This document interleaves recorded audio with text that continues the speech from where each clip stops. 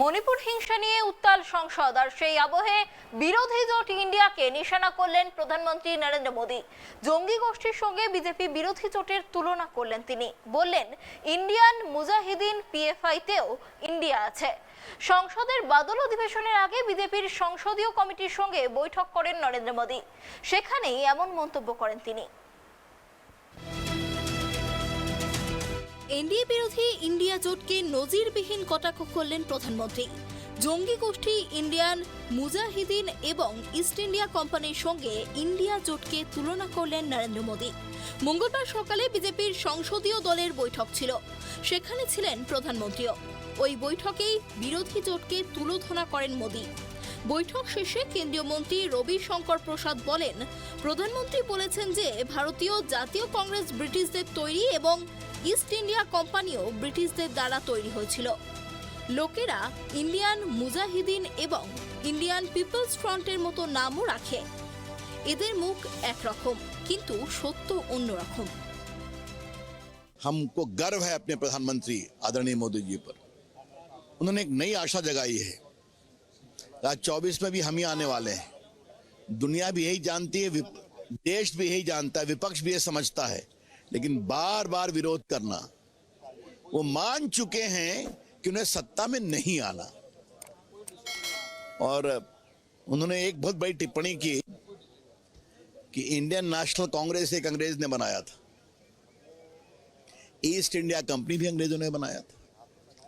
आजकल लोग इंडियन मुजाहिदीन भी नाम रखते हैं, इंडियन पीपुल्स फ्रंट भी नाम रखते हैं, तो चेहरे पे चेहरे लिखाते हैं, सच्चाई कुछ और है। उन्होंने हम लोग को कहा कि हम सभी जागृत हों, सुबह की भोर की तरह।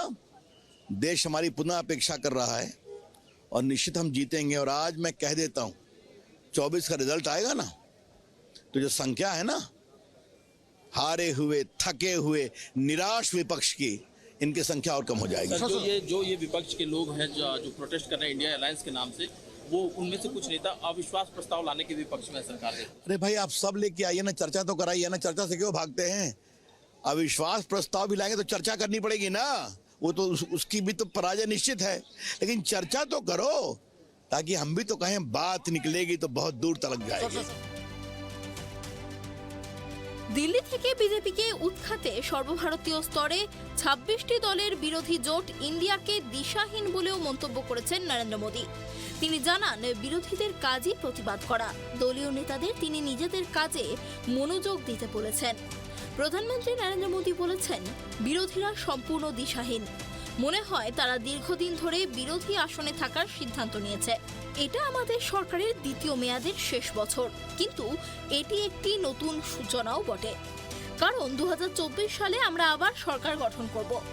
এরপরই বিরোধীদের সম্পর্কে তিনি বলেন, যেভাবে ব্রিটিশরা এসে নিজেদের নাম দিয়েছিল ইস্ট ইন্ডিয়া কোম্পানি, একইভাবে বিরোধীরাও নিজেদের ইন্ডিয়া নামে তুলে ধরেছে। এমনকি Indian Mujahideen, popular front of ইন্ডিয়ার মতো সন্ত্রাসবাদী সংগঠনগুলিরও নামে ইন্ডিয়া রয়েছে। নতুন বিরোধী জোট ইন্ডিয়া সম্পর্কে প্রধানমন্ত্রী নরেন্দ্র মোদীর আক্রমণাত্মক মন্তব্যের জবাব দিয়েছেন কংগ্রেস নেতা রাহুল গান্ধী।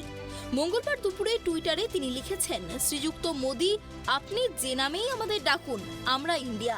আমরা মণিপুরের ক্ষত প্রশমন করতে প্রত্যেক মহিলা এবং শিশুর চোখের জল মোছাতে সহায়তা করব। আমরা মানুষের মধ্যে শান্তি এবং ভালোবাসা ফিরিয়ে আনব। আমরা মণিপুরে ভারতীয়ত্বের চেতনা পুনর্নির্মাণ করব। প্রধানমন্ত্রীর এই বক্তব্যের পরে সরব হয়েছেন তৃণমূল কংগ্রেসের সাংসদ Derek O'Brien.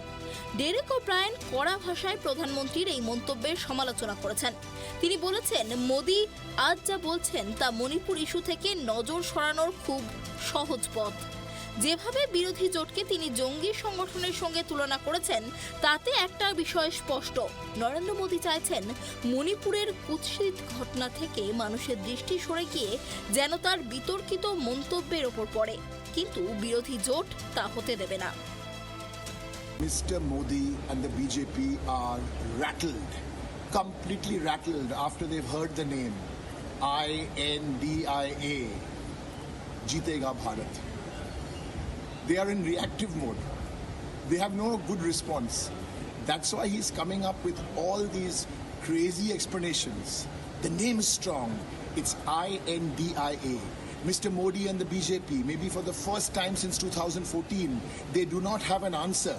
Instead of going and giving all this gyan outside Parliament, Mr. Modi, this is Parliament. Come here. We're waiting for the last 4 days for you to speak on Manipur. Come and speak. Your choice. Lok Sabha, Rajya Sabha. We'll welcome you. Open the debate. We know you're on the back foot after the Patna summit, after the Bengaluru summit. India. जीतेगा भारत। এদিন এই বিষয়ে সরব হন তৃণমূল কংগ্রেসের আরেক সাংসদ মহুয়া মৈত্র। তিনি বলেন, প্রধানমন্ত্রী শক্তিশালী বিরোধীদের প্রতি ভয় লুকিয়ে রাখতে চেয়ে এই বক্তব্য রেখেছেন। কিভাবে এটিকে একটি জঙ্গি গোষ্ঠীর সাথে তুলনা করেছেন তা লজ্জাজনক। ইন্ডিয়া মণিপুরের উপর জবাবদিহি বক্তব্য এবং উত্তর দাবি করে মোদির কাছ থেকে। প্রধানমন্ত্রীকে সংসদে ভাষণ দিতে হবে, মূল ইস্যু থেকে পালাবেন না বলে কড়া বাক্যবাণ ছুড়েছেন Mahua Moitra. We've just heard the Honourable Prime Minister's shameful comments comparing the Indian opposition to the Indian Mujahideen and the PFI, and he says that the word India is common to all. Well, Mr. Prime Minister, may I remind you that the opposition has more combined vote share than the BJP.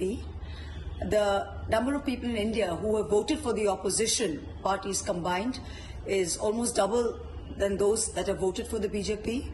This sort of brute majoritarianism that you and your government are practicing, where you think you can say anything and do anything, the time has come, sir, that it is backfiring.